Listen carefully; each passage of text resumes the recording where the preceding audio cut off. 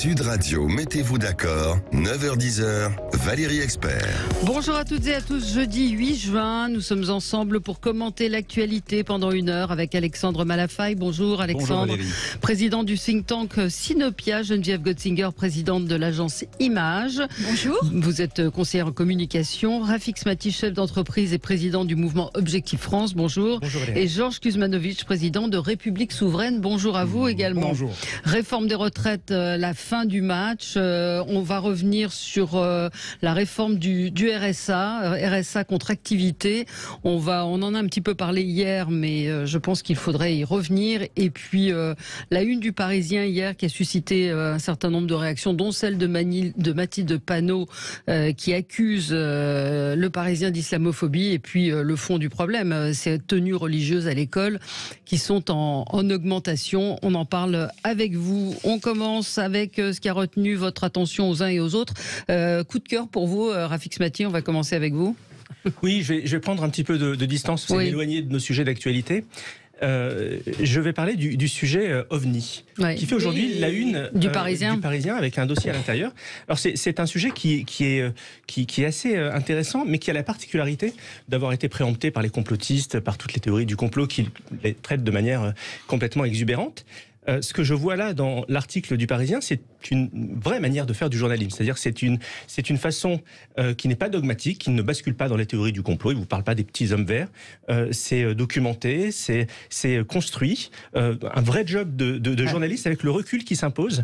Et je trouve ça extrêmement intéressant de ne pas laisser les sujets sérieux, les sujets scientifiques sérieux, parce qu'il s'agit de sujets scientifiques, de conquête spatiale, de développement technologique, parce que c'est ça qui est sous-jacent derrière tous ces sujets-là. Je trouve important et intéressant de ne pas les laisser entre les mains des complotistes qui leur font dire absolument n'importe quoi. Je veux rappeler quand même qu'aux États-Unis aujourd'hui il y a un vrai sujet. Il y a deux commissions parlementaires qui se sont construites sur le sujet. Donc on ne peut pas balayer ces sujets-là d'un revers de main. Il faut les traiter, mais avec discernement, d'un point de vue rationnel, d'un point de vue scientifique, et sans céder à des fantasmes absolument exubérants. Donc un vrai job de journaliste de la part du Parisien que je veux saluer aujourd'hui. Oui, moi je me suis interrogée sur cette une aussi en me disant est-ce que c'est un lanceur d'alerte qui affirme que l'armée américaine détient des véhicules extraterrestres, tout de même, c'est quand même ça aussi. Voilà, on peut s'interroger aussi de savoir ce qui est vrai, ce qui n'est pas vrai. Comment et justement l'exercice de transparence qui est nécessaire comme dans tous ces sujets-là doit se faire de manière posée, pragmatique, scientifique, au-delà de tous les dogmes. J'insiste sur ça, parce que vous avez plein de théories qui tournent autour de ces sujets-là, qui décrédibilisent tout, qui décrédibilisent toute démarche, et c'est fondamentalement dommage, parce que c'est un sujet qui a trait au fondement même de ce que nous sommes, de notre place dans l'univers, de la science, etc. Donc c'est un sujet qui mérite du sérieux. Ouais, c'est passionnant. Moi, j'ai eu la chance d'en parler la semaine dernière avec un grand astrophysicien français, pour qui, de manière rationnelle, tout ça reste quand même de l'ordre de l'hypothèse plutôt de roman.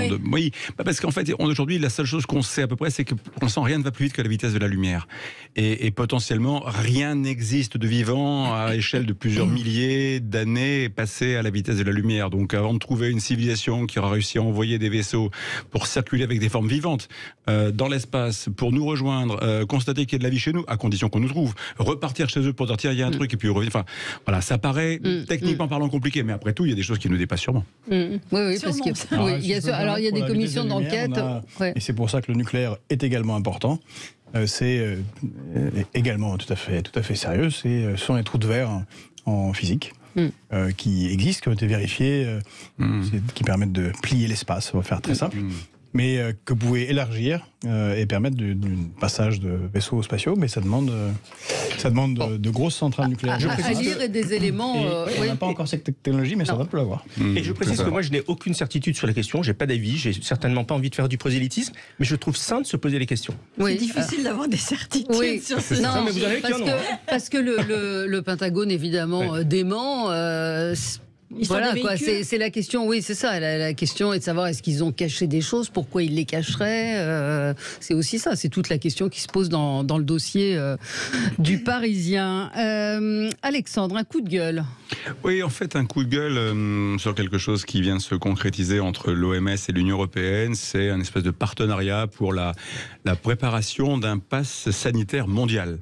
Voilà, donc sur le principe, moi je suis pas hostile au fait qu'on prenne des mesures qui permettent de bien gérer les questions de santé à l'échelle des continents, à l'échelle du monde.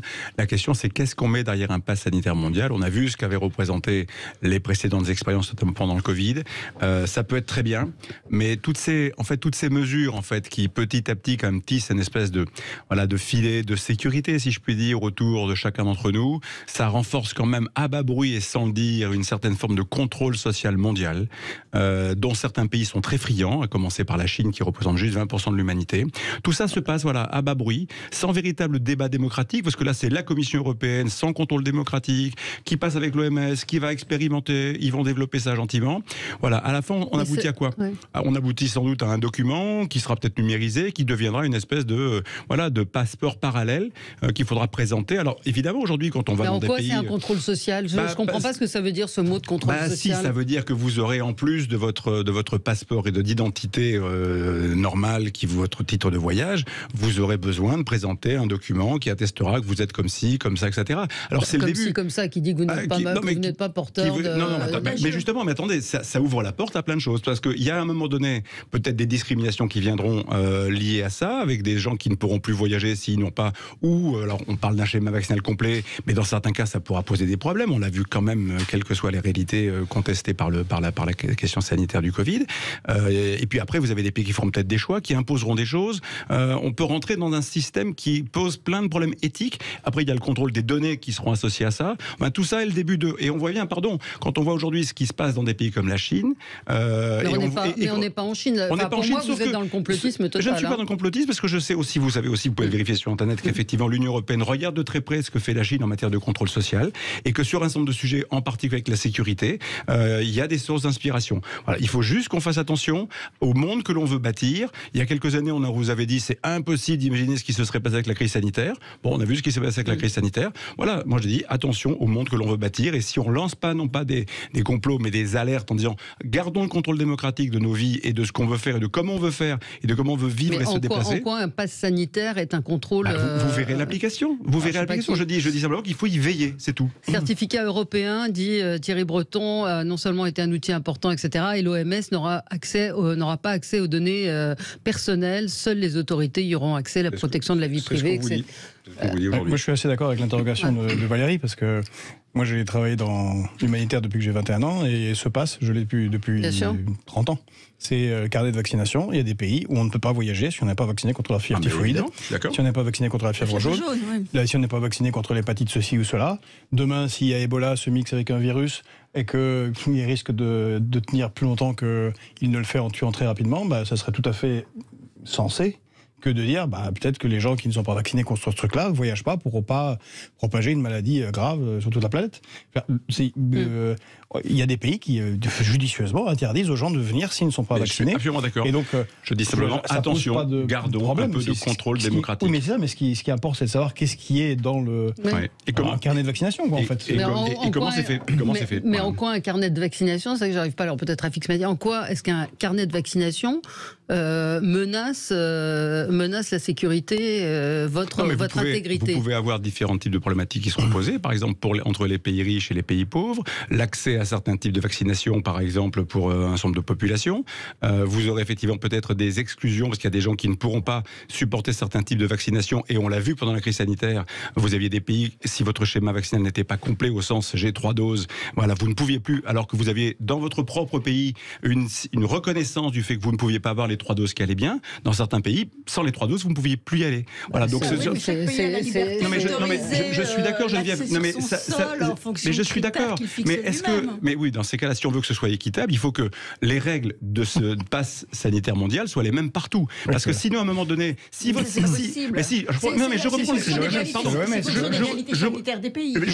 reprends la question.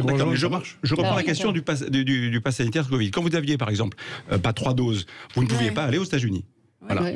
Et d'accord, non mais c'est pas rien. Donc, mais oui, sauf que si en France on vous dit votre schéma est complet parce que vous avez eu le Covid une fois ou 2 fois et un vaccin, ça marche pas dans le sens je peux aller aux États-Unis. Donc ça veut dire qu'il faut malgré tout refaire le passage par la case vaccinale. Donc peut-être qu'on pourra imaginer demain à ce moment-là une harmonisation à l'échelle mondiale pour que ce soit les mêmes règles partout, pour pas qu'on ait un système bancal. Je vais vous donner la parole à Geneviève et à Rafik, c'est intéressant. On y revient dans un instant. Sud Radio, mettez-vous d'accord, 9h-10h, Valérie Expert. Avec vous sur Sud Radio et je voulais entendre Rafik Smati et Geneviève Gotzinger sur l'OMS et ce pass sanitaire avec notre ami Alexandre Malafaille qui dit qu'il faut faire attention. Vous êtes de cet avis, Rafik Smati, c'est-à-dire qu'on prépare une sorte de... Qu'est-ce que vous dites de monde orwellien? Je ne vois pas les choses tout à fait sous cet angle-là. Je comprends vos interrogations, mais de toute façon, par définition, chaque innovation porte en elle une part de bien et une part de risque. C'est valable pour tout. Donc moi, j'y vois un simple instrument qui serait là pour nous aider à conjurer une situation de crise si jamais elle devait arriver. La vigilance, oui, mais pour autant, je ne vois pas derrière une telle disposition le scénario dissimulé d'un monde orwellien dans lequel on voudrait... Aucun des scénarios dissimulés a juste une lampe marche vers, mais ça, on l'observe. Mais vers quoi? C'est ça que j'ai toujours pas pigé. C'est Orwell, c'est-à-dire qu'on veut mettre les citoyens, les ficher et tout savoir de leur vie. Vers quoi on va? Ça, je comprends pas dans votre... Écoutez, c'est pas très compliqué à comprendre. Il y a une trentaine d'années, on était dans un monde où globalement le contrôle social n'était pas quelque chose d'organisé. Aujourd'hui, il le devient. Il le devient pour des questions de sécurité, il le devient pour des questions sanitaires, et ça pose des questions éthiques. Je dis simplement que sur tous ces sujets-là, il faut bien réfléchir aux dimensions éthiques et jusqu'où on veut aller. La dérive, par exemple, le contrôle facial dans les rues, est une vraie question qui quand même mérite interrogation. Jusqu'où et comment et pourquoi? Voilà. On peut se poser ces questions. Il y a 30 ans, il n'était pas organisé. Je pense que simplement, il y a des outils aujourd'hui technologiques et le numérique permet effectivement et peut permettre des abus. On est complètement d'accord là-dessus. Donc, il y a un devoir de vigilance par rapport aux évolutions technologiques. Après, j'ai l'impression qu'on est quand même en train d'être submergé, que l'intelligence artificielle va nous submerger. Et donc Et que donc, effectivement, il y a un devoir de vigilance. On est d'accord. Mais on est d'accord. Coup de gueule ou coup de cœur pour vous, Georges Kuzmanovic? Coup de gueule, c'est vraiment insupportable. Notre Premier ministre, comme le reste du gouvernement et comme souvent Bruno Le Maire, demande et militante avec ses petites pancartes, milite pour que les sociétés autoritaires fassent une ristourne cet été pour aider les Français qui sont dans la galère. Alors Madame Borne est celle qui a concédé une extension en 2015 des concessions autoroutières aux sociétés autoroutières quand elle était directrice de cabinet de Madame Ségolène Royal sous François Hollande. Elle travaillait avec monsieur Alexis Kohler qui était directrice de cabinet de monsieur Macron au ministère de l'économie et ils ont fait une ristourne de 12 milliards. 12 milliards aux frais de l'État pour étendre les concessions autoroutières. En demandant que quand même il y ait 3 milliards, enfin c'est 15 milliards qui ont été donnés en étendant les concessions pour qu'il y ait 3 milliards de travaux. Bon, plus 12 milliards, la Cour des comptes, qui y compris dirigée par des gens comme M. Moscovici, a quand même dit que c'était une sacrée erreur et que l'État avait été léger. Bon, ça pourrait être sympathique, léger entre guillemets. Léger. Voilà. Non, mais je rappelle par exemple sur la réforme des retraites qui est extrêmement importante, sinon la France allait s'effondrer. Bon, 13 milliards d'économies, mais là il n'y a pas de problème. Et c'est un peu honteux cette manière de brader la France, de brader l'État, des choses qui ont été construites par la collectivité, d'en faire des féodalités contemporaines, avec des gens qui mettent leurs chevaliers, c'est-à-dire des péages, et prennent ce qu'ils veulent, quand ils veulent, sans que l'État n'ait plus aucun contrôle, au point où la Première ministre de la 5e puissance militaire mondiale se voit obligée de demander, est-ce que ce serait sympathique, messieurs les barons des autoroutes, s'il vous plaît, de faire une petite ristourne pour nos Français qui quand même souffrent bien avec toute cette crise et l'inflation. C'est honteux. À un moment donné, quand on dirige, on ne peut pas laisser faire des choses de cette manière et que quelque chose qui devrait organiser l'économie et la vie, c'est-à-dire le transport en particulier routier, soit dans les mains de quelques-uns, quelques amis qui en profitent bien. Une réaction? J'ai une vision assez nuancée de ce que vous dites. Je pense en effet que le dossier autoroutier a été globalement mal géré au fil du temps dans notre pays, c'est indéniable et sur ce point-là vous avez raison. Maintenant, sur la question de fond, est-ce que les autoroutes doivent appartenir à l'État par principe ou est-ce qu'il est envisageable ou souhaitable de donner des concessions à des acteurs privés? Moi, je me penche davantage dans cette deuxième hypothèse parce que je pense qu'un acteur privé, c'est mieux faire que l'État. Dès l'instant où il ne s'agit pas d'infrastructures régaliennes. Et je ne crois pas que les autoroutes, dès l'instant où elles peuvent être empruntées par n'importe qui, y compris par les services de l'État, je ne crois pas qu'il s'agisse d'infrastructures. Vous connaissez des privés qui construisent des autoroutes de type régalienne. mais c'est l'État qui les construit, toujours. C'est amusant, ça. Oui, mais ensuite... c'est comme les aéroports de Paris. Oui, mais ensuite, il faut savoir l'État construit des choses très compliquées à construire. Est-ce que vous croyez ça? Est-ce que vous pensez sincèrement, vous donnez l'exemple des aéroports de Paris, est-ce que vous pensez sincèrement que l'État est le plus amène de sélectionner les boutiques qui vont être dans les galeries marchandes des aéroports de Paris? L'État contrôle les boutiques marchandes de trucs où il risque d'avoir des bombes, évidemment. Que l'État ait la main sur la tour de contrôle et les pistes d'atterrissage, je veux bien, mais sur la galerie marchande et la manière dont on nettoie les sanitaires, non, très sincèrement, je ne crois pas. Et donc finalement, vous mélangez deux sujets, vous en faites un amalgame, c'est dommage parce que c'est vrai que le sujet a été mal piloté au fil du temps, mais en même temps, aujourd'hui, la Première ministre est dans son rôle quand elle demande aux sociétés autoritaires de faire un effort, parce qu'il y a un enjeu de pouvoir d'achat qui touche tous nos compatriotes. Ouais. Bon, si j'ai bien compris, dans 3 semaines, elle n'est plus là, donc le débat continuera avec un autre Premier ministre. Je vous rejoins, le vrai sujet sur toutes ces grandes sociétés, et notamment quand elles remplissent des missions qui sont des missions qui rendent des vraies missions de service public ou d'intérêt général, c'est vrai que la question du réglage du curseur entre j'investis et combien ça me rapporte est un vrai sujet. C'est le sujet du partage de la valeur au sens large du terme, de l'ensemble de la valeur ajoutée. Là, il y a un sujet majeur.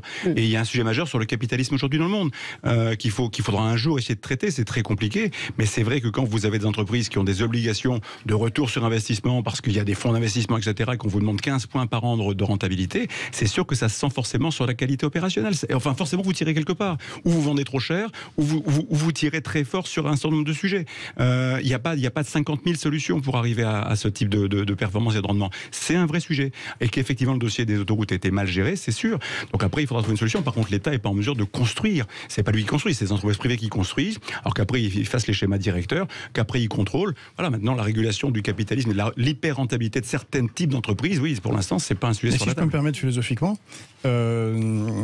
Adam Smith, qui est le pape des libéraux, qui ne lisent pas Richesse des Nations comme la plupart des marxistes ne lisent pas Karl Marx, est très très clair. Il y a des domaines qui sont régaliens, et il cite, alors qu'on est plus de 2 siècles, les transports. Il dit ça doit être géré par l'État parce que ça permet d'organiser le business pour tout le monde. Oui, mais il parlait de la flotte, il parlait des routes. Imaginez, il n'y a pas de voiture à l'époque. Je vais vous donner un autre exemple. Il parle des télécoms. Or, aujourd'hui, plus personne n'imaginerait que les télécoms soient à 100% possession de l'État. C'est au contraire le fait d'avoir mis de la concurrence dans les télécoms qui fait que les prix ont pu baisser, qui fait que l'Internet a pu se démocratiser. Donc vous voyez, c'est pas blanc ou noir. Non. La réalité est sans doute un petit peu entre les deux. Est-ce qu'il y a de la concurrence dans les autoroutes? À ce moment-là, c'est en ça que le dossier a été mal piloté à l'origine. C'est ça. C'est ça le problème. En fait, c'est un capitalisme sans capitalisme réel. Et que justement, il n'y a pas de concurrence. Alors que c'est très important de mettre la concurrence immédiatement sur la production d'électricité en France, détruire EDF qui est un fleuron national, parce que des fanatiques de la concurrence à Bruxelles veulent que, oh mon Dieu, il n'y a pas de concurrence au niveau de l'électricité, et créer une fausse concurrence avec des distributeurs qui ne produisent pas l'électricité. Par contre, les autoroutes, comme c'est privé, alors là, c'est de 5 années en 5 années, on étend, et donc il n'y a même pas de concurrence au sens capitalistique du terme. C'est pour ça que je dis, ce sont des baronnies. Encore une fois, que les appels d'offres aient été mal pilotés, c'est un fait. Mais au bout d'un moment, pas dire mal piloté, c'est qu'il y a de la connivence. Quand ça fait 20 ans qu'ils ont été ratés, vous mettez ce que vous voulez derrière.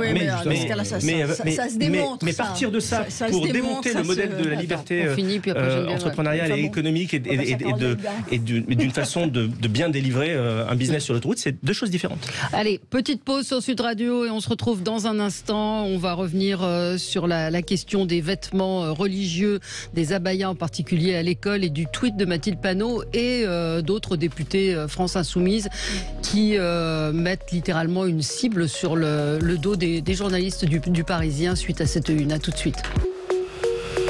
Sud Radio, mettez-vous d'accord, 9h-10h, Valérie Expert. Alors, nous avions encore votre coup de cœur ou coup de gueule, Geneviève? Un peu les deux, peut-être coup de cœur pour Carole Delga et coup de gueule pour ceux qui ont passé leur après-midi d'hier et leur journée d'hier sur les réseaux sociaux à la Vilipendée. Alors, c'est vrai qu'elle a commis une maladresse dans la forme. Vous voulez qu'on l'écoute? Je crois qu'on a le son. Écoutez, c'était à propos de l'immigration.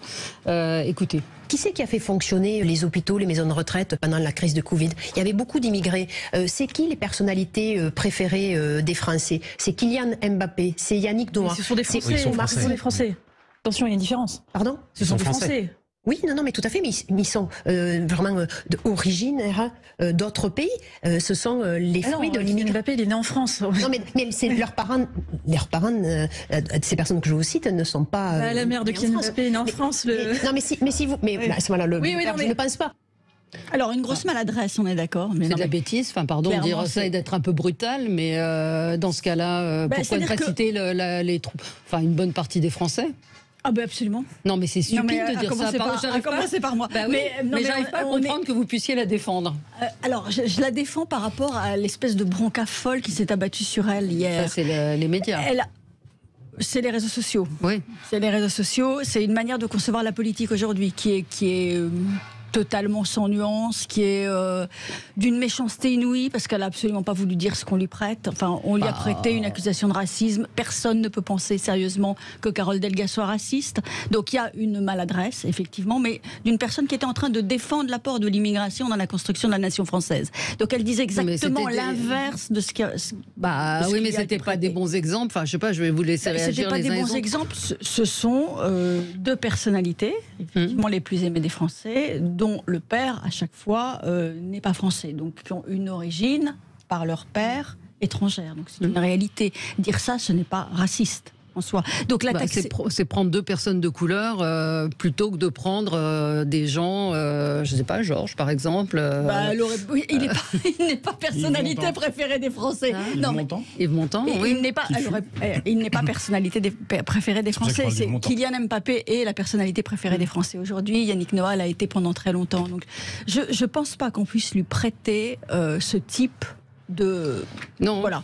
Je ne pense pas qu'elle soit raciste. Je pense qu'elle a fait preuve d'une maladresse. Et moi, ce qui me choque, c'est cette espèce de chasse aux sorcières, de vent de folie hier qui s'est emparé de sur tous les sujets. De bien-pensance. C'est-à-dire qu'on ne peut pas penser autrement que d'une certaine manière. Et si jamais vous franchissez à un moment donné une ligne... Elle pense que l'immigration est une bonne chose pour la France. Oui, j'ai entendu. Elle explique que l'immigration est une bonne chose pour la France. Elle a plutôt raison. Elle a plutôt raison. Elle a, à mon avis, raison. L'immigration est une bonne chose pour la France. Ouais, j'ai la même opinion qu'elle. Enfin, en tout cas, elle défend l'apport de l'immigration dans la construction de notre nation. Faites bien de le préciser. Non, mais dans toute l'histoire, il ne faut pas regarder l'immigration, c'est pas les 60 dernières années, l'immigration c'est depuis toujours. La France est un pays dans lequel les populations se sont brassées beaucoup depuis toute l'histoire, quand même. Enfin, attends, mais il y a beaucoup quand même de Français qui sont d'origine espagnole, italienne, d'Europe de l'Est, etc. Et plus récemment, d'origine effectivement moyenne-orientale. Non, mais l'immigration par le travail massif, c'est quelque chose qui est quand même récent. C'était démontré 100 fois, ça. Et c'est pas un problème pour dire que c'est pas bien, mais de faire historiquement à une époque il y a eu des Visigoths puis après il y a eu des Romains et trucs, ok très bien, mais c'est pas exactement le même fonctionnement d'immigration qu'il y a aujourd'hui. Elle paie une seule chose, Carole Delga, elle paie une seule chose, c'est de s'attaquer de manière frontale à la France insoumise. C'est tout. Voilà. Et donc à partir de là, il y a eu hier une espèce de chasse en meute contre elle. C'est tout, uniquement parce qu'elle défend. Aujourd'hui, elle incarne la social-démocratie à la française. Voilà. Mais moi, je m'appelle Kuzmanovic. C'est mon nom de famille. Et Yannick Noah a une maman comme la mienne, qui est française. Les miens, ils sont paysans, soldats paysans de France depuis... ça se perd en Lorraine, jusqu'à on ne sait où, dans l'histoire. Et en fait, on n'est jamais vraiment. Parce qu'il y a un nom bizarre, français. Non, mais il y a quelque part, il y a toujours Kuzmanovic. Mais en fait, non, Yannick Noah n'a pas émigré. Sa maman est française depuis toujours. Elle s'est mariée avec un monsieur qui vient du Cameroun. Et donc, comment ça se fait que ça le transforme pour certains spontanément, parce qu'il est un peu noir, évidemment. Ça le transforme, lui, parce qu'il est un peu noir, l'autre parce qu'il s'appelle Hitch ou parce qu'il a un nom qui s'appelle Karim. Mais ça se trouve, en fait, les gens, justement, se croisent, se mélangent. C'est ça qui est fantastique dans notre pays, c'est que l'immigration, elle fait ça. Oui, mais son argument était néanmoins, il y a un truc qui flotte, qui est désagréable. Alors, Rafik Smatif sur le sujet. Écoutez, moi j'ai de l'estime pour Carole Delga en général, qui est une femme bien, qui incarne la social-démocratie, mais je crois que malgré tout qu'elle a fait une grosse bourde. Parce que vous savez, quand on est né à l'étranger ou quand on est de parents étrangers, on n'a pas forcément tout le temps envie d'être renvoyé à ça. Ouais. C'est la négation du principe d'assimilation à la française. C'est-à-dire que si on est favorable au principe d'assimilation à la française, eh bien vous êtes jugé en tant que Français, vous n'êtes pas jugé en tant qu'originaire d'eux. Donc finalement derrière cette formule extrêmement hasardeuse, je comprends que certains puissent prendre ça comme une certaine forme de racisme, parce que je parle en connaissance de cause et nous sommes très nombreux dans ce cas-là. Nous avons nos origines respectives, nous en sommes fiers, nous les assumons, mais être renvoyé à ça de la part de l'autre, c'est non. Nous sommes français, nous l'assumons. Est-ce qu'elle ne voulait pas dire qu'en fait la couleur de peau ne compte pas ? Est-ce qu'elle voulait pas dire simplement que, voilà, il y a un moment donné, il y a quand même une différence. Mais alors qu'elle le dise comme ça, effectivement. Oui, mais c'est sans doute ce qu'elle voulait dire, que les Français ne sont pas si racistes que ça, parce que finalement, la couleur de peau, quand on leur pose la question de qui vous aimez, ils aiment bien tout le monde, quoi. Et si effectivement ils aiment le footballeur et qu'il est black plutôt que blanc, il n'y a pas de problème. Mais vous dites quelque chose de différent, justement. Oui, c'est pas non, moi je l'ai exactement exactement compris comme ça. Je l'ai exactement compris comme ça. Son exemple n'était pas le bon. Son exemple, c'était les personnalités préférées des Français. Oui, c'est pour ça qu'elle citait ces deux noms. Je ne suis pas sûr, je n'ai pas envie de le prendre à témoin, mais je ne suis pas sûr que Kylian Mbappé ait envie d'être renvoyé à ça. Kylian Mbappé, c'est le capitaine de l'équipe de France de football, il se sent profondément français. Je ne suis pas sûr qu'il ait envie d'être renvoyé à ça. Bon, moi je voulais soutenir, vous allez me dire que c'est du corporatisme, mais je trouve que ce qui s'est passé hier, après cette une du Parisien, on va vous parler d'emballement sur les réseaux sociaux, ça a été le cas hier, donc le Parisien, je vous le rappelle, qui faisait sa une sur les abayas et les tenues à connotation religieuse ou tenues religieuses, hier ont été l'objet donc de plusieurs tweets, dont celui de Mathilde Panot qui a beaucoup fait réagir. Nous traversons une crise sociale sans précédent, une attaque massive des libertés sous Macron. Bref, le Parisien fait sa une sur les tenues des femmes musulmanes, pour ce journal comme pour beaucoup d'autres, l'islamophobie fait vendre, surtout quand elle s'attaque aux femmes.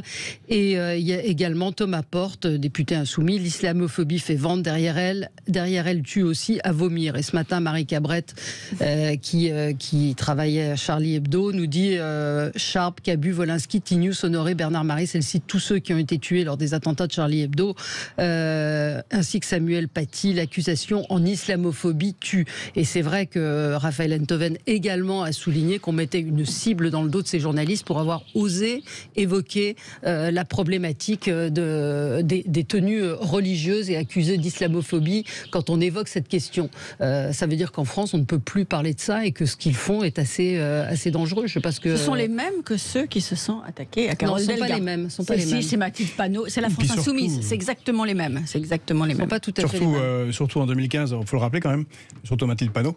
Jean-Luc Mélenchon était un militant pour la laïcité. Oui, absolument. Il a fait je rappelle, l'éloge funèbre de Charb. Non, mais il y a l'éloge funèbre de Charb, il y a toutes ces prises de parole contre le voile. On ne parle même pas de Dabaya. Et puis l'éloge funèbre pour Charb, son ami Charb, qui a été assassiné. Et Charb qui avait écrit ce livre... les idiots utiles lettres aux idiots utiles de l'islamophobie. Ils ont tout oublié. Ensemble avec ces gens-là, moi j'ai manifesté, ils ont totalement retourné, ils ont abandonné le combat pour la laïcité. Pour un gain supposé électoral. Oui. Ça s'appelle Lettres aux escrocs de l'islamophobie qui font le jeu des racistes. C'est un livre qui est régulièrement présenté avec Marie Cabrette justement sous forme de lecture, de pièces de théâtre et qui est souvent interdit dans certains endroits où il y a des blocages. Donc on n'est pas à l'aise sur ce sujet. Et Rafik Mati a très bien dit, quand on est français, quelles que soient ses origines, la France, ce qui est bien, c'est que c'est l'assimilation. Donc chacun a son histoire, ses religions, il le vit, il en est fier, mais la laïcité et l'assimilation, c'est que ça ne déborde pas dans l'espace public. Non mais vous vous rendez compte de la violence quand même de ces propos, parler d'islamophobie quand on évoque un sujet qui pose question à des proviseurs où on voit qu'il y a une hausse assez importante des tenues religieuses dans les collèges et lycées. On a le droit de traiter la question, vous parlez de journalisme, Rafik Mati, on a le droit de poser la question et de traiter le sujet.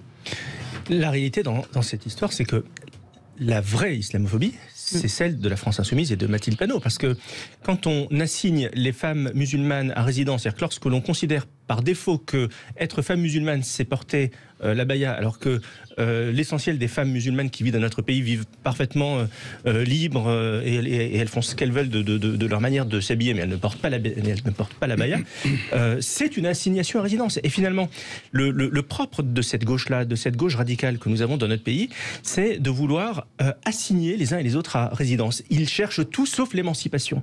Et donc finalement, pour eux, critiquer une tenue, c'est s'attaquer aux femmes musulmanes. Alors que les femmes musulmanes vont très bien en France, elles s'épanouissent, elles bossent, elles réussissent, certaines créent leur business, sont entrepreneuses, scientifiques, etc. Donc arrêtons de mettre tout le monde dans le même panier et traitons les sujets les uns après les autres. Et ne globalisons pas. Ils vont vous expliquer qu'en fait, ils font ça justement au nom de l'émancipation.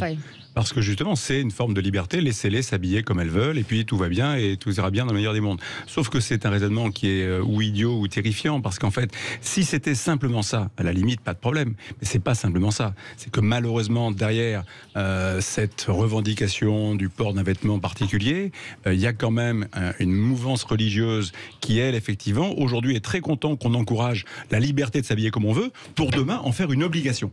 Voilà. Et c'est ça le vrai problème, c'est que ceux qui derrière encouragent et soufflent sur les braises de cette façon de s'habiller aimeraient bien demain que ça devienne une norme sociale pour les femmes musulmanes. Et ça, ça ne se passera pas comme ça. Non, mais je ne dis pas que ça se passera pas comme ça, d'autant plus que quand on voyage un peu, on se rend compte que, y compris, on parlait en aparté tout à l'heure de l'Arabie Saoudite, à Riyad en Arabie Saoudite, eh bien, effectivement, c'est le mouvement inverse qui s'opère. Bon, les femmes portent toujours des abayas, mais elles peuvent être de toutes les couleurs. Les femmes n'ont plus l'obligation d'être voilées. Oui, non, mais c'est un début de. Non, mais pardon, mais c'est une vraie révolution là-bas. C'est une vraie révolution. Voilà. Et quand non, mais on voit ce qui se passe en Iran, elles se battent pour se dévoiler. Donc c'est quand même extrêmement paradoxal que la France, pays universaliste, pays de Descartes, pays des Lumières, qu'en France, on entende ce type de raisonnement. C'est hallucinant. D'assignation à résidence, effectivement, mais le combat frériste, c'est vraiment un combat qui vise à faire en sorte que les femmes se voilent. Oui, bien sûr, mais bien sûr, c'est de l'islam politique. C'est ça qui est derrière. Il ne faut pas le nier. Évidemment, il ne faut pas le nier.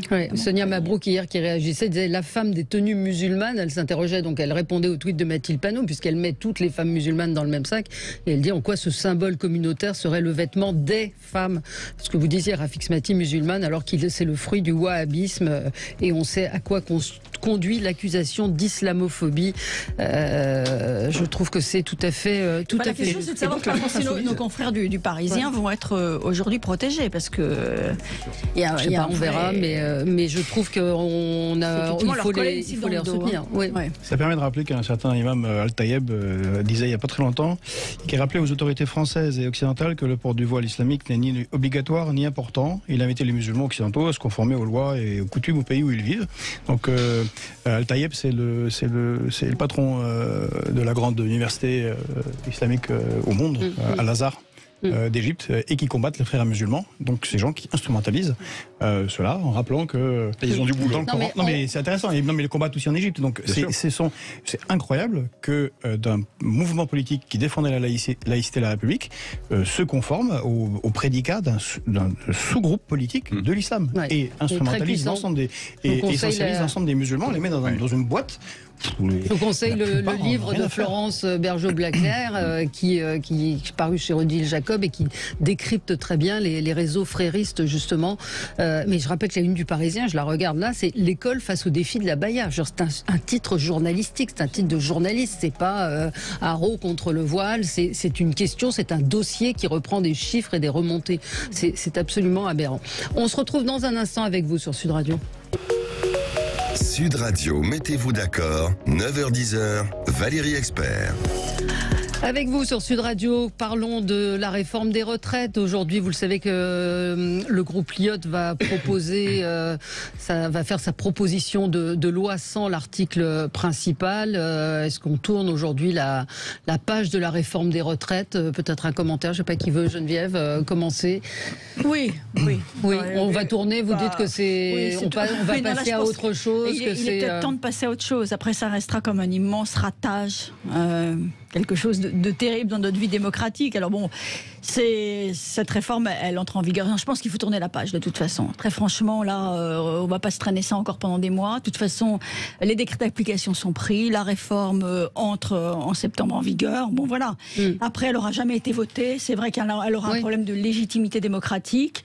Cela dit... Enfin, le mot de démocratique, on l'a un peu évoqué hier, tous les instruments démocratiques de la Constitution ont été employés. Donc, c'est démocratique, je parle de légitimité. Oui, bien sûr. Elle est légale, elle a été votée de manière parfaitement... Enfin, elle a été adoptée de manière parfaitement légale. Même l'article 40... peut se discuter, mais il est néanmoins légal, il est constitutionnel. Donc voilà, il n'y a rien à dire là-dessus. Après, le problème, c'est effectivement la légitimité quand la France entière est contre cette réforme. Bien sûr, 77% des Français soutenaient encore cette réforme. Donc les députés Elliott vont déposer aujourd'hui leur proposition de loi. Il y a peu de chances qu'elle aboutisse, mais ils laissent planer, l'hypothèse d'une nouvelle motion de censure. En tout cas, je crois que c'est Laurent Berger qui disait que fin du match. Ouais. Mais la question, c'est de quel match parlons-nous, quoi. Si on fait une allégorie footballistique, c'est un peu le match France-Allemagne de 82, quoi. C'est-à-dire où la France, effectivement, a perdu contre l'Allemagne parce que un certain Schumacher, le gardien Schumacher avait effectivement donné un coup de tête sur Battiston. Ça avait été un match dramatique, quoi. Et c'est un match qui a laissé des traces extrêmement profondes dans le football français, dans les mémoires collectives entre la France et l'Allemagne. Voilà, c'est ça le match qui vient de se dérouler avec les retraites. C'est que c'est un match qui va laisser des traces extrêmement profondes. Macron, c'est Schumacher. Pardon ? Macron, c'est Schumacher. C'est un peu Schumacher. C'est un peu le Schumacher des syndicats. C'est qui c'est un peu les syndicats français, puis c'est peut-être un peu les Français aussi qui se sentent un peu violentés dans cette opération, hein, vu les chiffres. Après, le problème, c'est que comme ça, on a tout fait à l'envers sur ce projet jusqu'au bout. Jusqu'à aujourd'hui, tout a été fait à l'envers, pas pour des raisons qui est la volonté de passer en force quoi qu'il en coûte, parce qu'ils ont été pris effectivement dans cette espèce d'absolue obsession sur l'âge, alors qu'on pouvait très bien se passer de l'âge pour faire la même réforme, il y aurait eu quasiment les mêmes effets. L'âge en lui-même ne change pas grand-chose à l'équilibre général du système et de l'allongement de la durée de cotisation, c'est pour ça que personne ne comprend réellement plus l'obstination sur ce point-là. Mais ce qui est certain, c'est que ça va laisser des traces, parce que ça sera un sujet de campagne électorale en 2027. On a bien vu qu'il y avait, je ne sais plus quelle formation politique, qui veut l'année prochaine, dès qu'on aura passé le seuil de l'année d'application de la loi ou de vote de la loi, qui va représenter un référendum d'initiative partagée citoyenne. Il faut obtenir. Non mais d'accord, mais ils vont tenter. On n'en est pas sorti. C'est-à-dire que ça va de toute façon laisser des traces, et quoi qu'il arrive, jusqu'à un changement de gouvernement, en tout cas, les relations entre partenaires sociaux et gouvernement vont être très dures. S'il y a changement de gouvernement, comme il y a changement d'interlocuteur entre la CFDT, la CGT, etc. Bon, ils repartiront avec de nouvelles équipes, si je puis dire, pour revenir au match. Mais quand même, ça va laisser des traces très profondes sur. Voilà, la démocratie n'en sort pas grandie, et c'est un peu dommage. On n'avait pas besoin de ça. Il en restera quand même, pardon, je complète ce que j'ai dit, il en restera quand même, je dirais, un sursaut et un renouveau du syndicalisme. Je trouve que les syndicats ont donné une belle image d'eux-mêmes pendant toute cette période, en fait, avec des manifestations extrêmement calmes, très suivies, avec une unité jusqu'au bout, et finalement, leur image en sort renforcée. Oui, Rafik Smati. Écoutez, moi je trouve lamentable qu'aujourd'hui certains en soient encore à espérer que cette réforme puisse ne pas avoir lieu. Évidemment qu'il faut tourner la page. Vous savez, moi il y a un autre chiffre qui m'a interpellé ce matin. Les entreprises françaises, au premier trimestre de cette année, ont créé 86 000 emplois. 86 000 emplois ont été créés par les entreprises françaises dans un contexte de grève, dans un contexte d'incertitude, dans un contexte de manifestation. Moi, je préfère voir cette France qui se bat, cette France qui travaille, cette France qui construit l'avenir, qui est le meilleur rempart contre le chômage et donc pour arriver au plein emploi. Et je précise que la meilleure des réformes des retraites qui soit, c'est la réforme qui nous amènera au plein emploi, parce que si demain tout le monde est en plein emploi, vous avez des cotisations, on pourra même baisser l'âge de départ à la retraite si on le peut. Donc ne nous dispersons pas, soyons compétitifs dans notre économie, faisons de la France un grand pays industriel, et ça réglera tous les problèmes. Je suis très heureux de voir qu'il y a des entrepreneurs qui bossent là-dessus, et que pendant ce temps-là, il y a des syndicats, quand bien même auraient-ils renforcé leur image, qui malgré tout sont des boulets au pied de notre beau pays. Ouais. Oh non, c'est pas possible. D'abord, les syndicats, c'est un élément de la démocratie. Ce qui s'est passé là, c'est on a chargé la colère sociale un peu plus. Elle était déjà bien chargée. Il y a eu des grèves déjà sans syndicats. Ça a bien embêté tout le monde avec la CGT qui n'arrive pas à contrôler. Je vous rappelle, là, c'était en novembre-décembre, les grévistes sauvages à la SNCF. C'est arrivé aussi aux États-Unis. Là, c'est bien quand vous écrabouillez les syndicats. Il n'y a plus de syndicats, c'est la liberté entrepreneuriale. Ce qui est terrible, c'est que vous avez un modèle allemand, par exemple, vous avez des syndicats qui sont beaucoup plus représentatifs. Les salaires sont meilleurs et puis on est obligé de syndiquer dans certaines entreprises. Ça n'a absolument rien à voir. Le modèle qu'on prend, c'est celui des États-Unis, c'est-à-dire l'écrasement. La dislocation petit à petit des syndicats qui ne servent à rien, ils perdent tous leurs combats depuis 15 ans, ceux qui sont au pouvoir qui ont un monopole depuis 1945 et qui ne représentent personne. Ce qui va arriver, c'est que la colère sociale se fera autrement. Et vous aurez les gilets jaunes en pire. C'est-à-dire plus aucun interlocuteur. C'est-à-dire des CRS qui sont à l'acte 3 avec des gens qui sont devant eux, parce qu'on a parlé avec... moi j'ai discuté avec le colonel qui se retrouvait là, devant il a dit, si 20 000 personnes marchent droit devant, On peut rien faire. On peut rien faire parce qu'on n'a personne à qui appeler. Il n'y a aucun chef, il n'y a rien, aucun parti, il n'y a aucun syndicat. Ben, si c'est ça qui est visé, eh ben on a un peu plus poussé le curseur. Je suis d'accord avec ce qui a été dit. C'est un problème démocratique. La démocratie, ce n'est pas que la légalité. C'est vieux comme le monde en philosophie politique. Il y a la légalité et la légitimité. Et depuis 2005, depuis le 2008 où on a imposé le TCE qui est devenu le traité de Lisbonne et les différents dénis de démocratie, dont celui-ci, eh bien, ça les choses sont très simples. La démocratie, elle se passe avant tout dans l'isoloir. Mais pas du tout. C'est une conception délirante. La démocratie se passe à plein Vous aurez en 2027 des candidats qui prendront le retour à la retraite à 60 ans, à 62 ans. Vous aurez une offre qui sera pléthorique. Et les Français qui sont adultes se prononceront. On ne peut pas passer 5 années avec simplement un vote qui détermine les 5 années et un président qui vous dit voilà, c'était dans mon projet, donc c'est comme ça et c'est pas autrement. Ça ne peut plus marcher comme ça. La démocratie ne peut plus marcher comme ça. Aujourd'hui, vous êtes obligé, c'était peut-être comme ça il y a 30 ans, d'ailleurs c'était comme ça il y a 30 ans, et ça marchait comme ça parce qu'il y avait une forme d'acceptabilité, ce qu'on appelait le consentement. Aujourd'hui, le consentement est en permanence en question. Et deuxièmement, les Français sont rentrés dans une époque de maturité de comportement où ils veulent être associés. Donc ce qu'on appelle la co-construction. Et il faut s'appuyer là-dessus. C'est l'esprit du dialogue social, de ce que l'on fait avec les partenaires sociaux. C'est l'esprit, alors je vais prendre un exemple très très micro-chirurgical, mais par exemple, dans le sud de la France, dans les Bouches-du-Rhône, le préfet avec Bruno Bonnel ont décidé de créer un laboratoire territorial pour préparer avec toutes les parties concernées l'avenir de Fos et de l'étang de Berre. Mais ils vont le faire ensemble. Ils vont pas simplement réfléchir comme ça. Non, ils vont le faire ensemble pour décider ensemble du comment on va faire pour que ça se passe bien, en prenant en compte toutes les considérations. Ça, c'est intelligent. Et effectivement, c'est pas une question de j'ai le pouvoir, je suis le préfet, on va faire comme ça. Non, il faut associer les gens. Et si vous voulez effectivement demain avoir une démocratie qui remarche à nouveau, il faudra faire de la co-construction. Il faudra fabriquer du consentement. Et le passage en force, parce que vous pensez que vous avez raison seul contre tout le monde, à mon avis, est une erreur stratégique. Et puis en dehors de ce que vous dites, il y a 50 ans, le général de Gaulle, quand même, l'autorité morale et historique, 9 référendums, 68, il y a une crise sociale, voilà, il est contre ceux qui manifestent. Qu'est-ce qu'il fait, lui ? Référendum. Mais là, référendum. Vous mélangez tous les sujets. Mais non, on mélange pas. Et je vais vous dire pourquoi vous mélangez tous les sujets. Mais le général de Gaulle aurait pu dire j'ai été élu, en plus j'ai incarné la France à la résistance, vous voulez pas embêter les jeunes à manifester. Alors attendez, Georges. On n'est pas en train de parler d'une réforme que le président de la République aurait sorti de son chapeau en cours de mandat en disant voilà, je vous l'impose. Mais il a été élu pour empêcher le fascisme en France. Vous imaginez bien, c'était complètement organisé sur la base. Il n'a pas été élu pour ça. Il a été élu pour empêcher que Marine Le Pen soit au pouvoir. Et donc il aurait fallu que le programme qu'il applique ne soit pas le sien et celui de Marine Le Pen. Enfin, tout cela n'est pas sérieux. Il aurait dû tenir compte de la nature du scrutin et de la composition de son électorat. Pardon. Alors, est-ce qu'elle est bonne cette réforme pour vous, Rafik Smati ? Parce que beaucoup disent qu'elle n'a plus de sens aujourd'hui et qu'elle ne sera de toute façon pas suffisante. J'ai déjà eu l'occasion d'exprimer ici pourquoi, si j'avais été moi à sa place, j'aurais pas fait cette réforme-là, j'aurais mis plus de capitalisation, enfin j'aurais fait les choses évidemment différemment. Sauf que il y a un impératif économique qui se pose à nous. La France est un pays qui est extrêmement endetté. Nous avons des créanciers qui nous regardent, nous avons des investisseurs qui viennent chez nous. Et donc l'idée qui consiste à dire que nous devons travailler un petit peu plus de notre pays tout au long de la vie, non pas pour nous tuer au travail, mais pour nous aligner tout simplement avec ce que font nos voisins, c'est quelque chose qui philosophiquement n'est pas complètement dément. Ensuite, en termes de méthode, évidemment que les choses ont été mal faites. Mais ensuite, la politique, c'est oui ou non. Il ne s'agit pas de dire oui mais, etc. À un moment donné, quand on vous pose la question, oui, la réforme a été mal portée, il y a eu une très mauvaise pédagogie, etc. On est tous d'accord là-dessus. Mais ensuite, lorsqu'il s'agit de se prononcer, allez, est-ce que c'est oui ou est-ce que c'est non ? Parce que c'est ça le vote. Est-ce que c'est oui ou est-ce que c'est non ? Eh ben, pour vous, c'est non. Mais on n'a pas voté.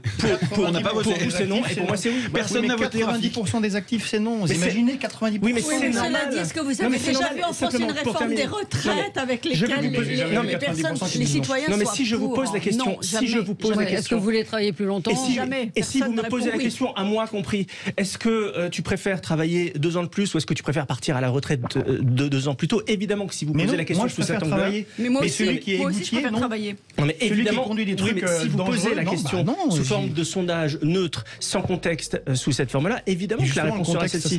Mais maintenant, vous avez eu des réformes des retraites de notre pays, vous avez eu d'ailleurs des réformes de retraite, je pense à celle de 2010 où vous avez eu plus de monde dans la rue, vous avez eu une plus grande impopularité. Personne aujourd'hui n'envisage de revenir dessus. Et il y a eu un consentement a posteriori qui s'est fait. Et c'est ce qui va se faire sur cette réforme. Mais la situation est différente. Enfin, la situation sociale est différente. Donc, mais alors vous posez une bonne question. La situation sociale est évidemment différente. Mais nous devons aussi nous livrer à un exercice inverse. Une France qui ne réforme pas, eh bien, c'est une France qui n'a plus les moyens de ses ambitions. C'est une France dans laquelle les services publics s'effondrent encore plus qu'ils ne s'effondrent aujourd'hui. Et donc, c'est l'effondrement. Et donc, c'est l'effondrement de notre modèle social. Il s'effondre à cause des réformes. Réforme, ça veut dire plus de privatisation. C'est ça que ça veut dire. C'est un synonyme. Si vous êtes favorable à la répartition, vous devez soutenir cette réforme des retraites. Ou alors, pas du tout. Ça va améliorer, ça va augmenter la capitalisation. Si vous soutenez pas cette réforme des retraites, ça veut dire que vous acceptez l'idée que les seniors de demain aient moins de pension, c'est-à-dire que vous actez l'idée d'une précarité. Ou alors ça veut dire que vous voulez que les fiches de paye aient plus de charges sociales. Ça veut dire que nous allons avoir des entreprises qui vont s'effondrer. On n'a pas le temps. Ou alors vous défendez un autre modèle qui est celui de la capitalisation. C'est fini. On aura l'occasion d'en débattre, je pense. Charles de Courson qui, il y a 5 minutes, met en garde contre la colère et la violence que peut engendrer la réforme des retraites. Et Marine Le Pen ne dit pas autre chose. Et c'est un sondage BVA, 7 Français sur 10 souhaitent qu'elle soit débattue à l'Assemblée nationale, cette loi. Voilà. Merci à tous les 4. Dans un instant, Top Chef dans l'émission Média.